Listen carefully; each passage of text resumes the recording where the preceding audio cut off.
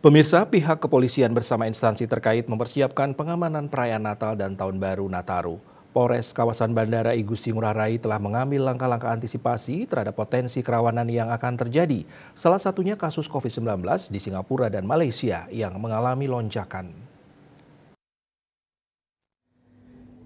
Kapolres kawasan Bandara I Gusti Ngurah Rai AKBP Ida Ayu Yikarniti saat menggelar press release akhir tahun 2023 mengatakan potensi kerawanan dan gangguan Kamtibmas Nataru yaitu konflik Israel dan Palestina akan memicu bangunnya kembali sel-sel teroris di Indonesia, lone wolf, serta ancaman teror bom.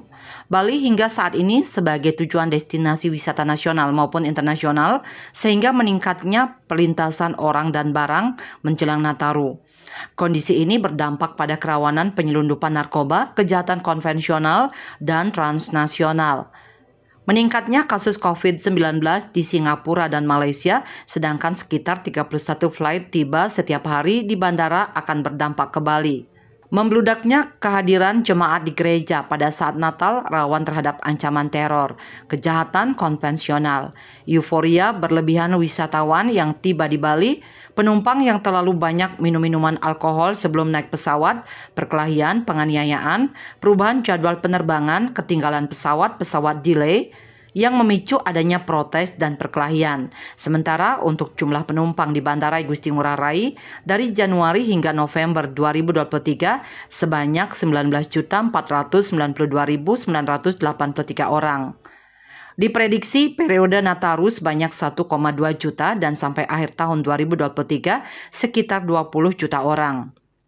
Tahun baru masih sama dengan tahun-tahun lalu sih, paling karena kemacetan yang pasti jumlah penumpang pasti akan makin meningkat pada tahun ini karena memang kalau kita melihat dari awal tahun sampai dengan akhir tahun ini peningkatan penumpang sudah luar biasa.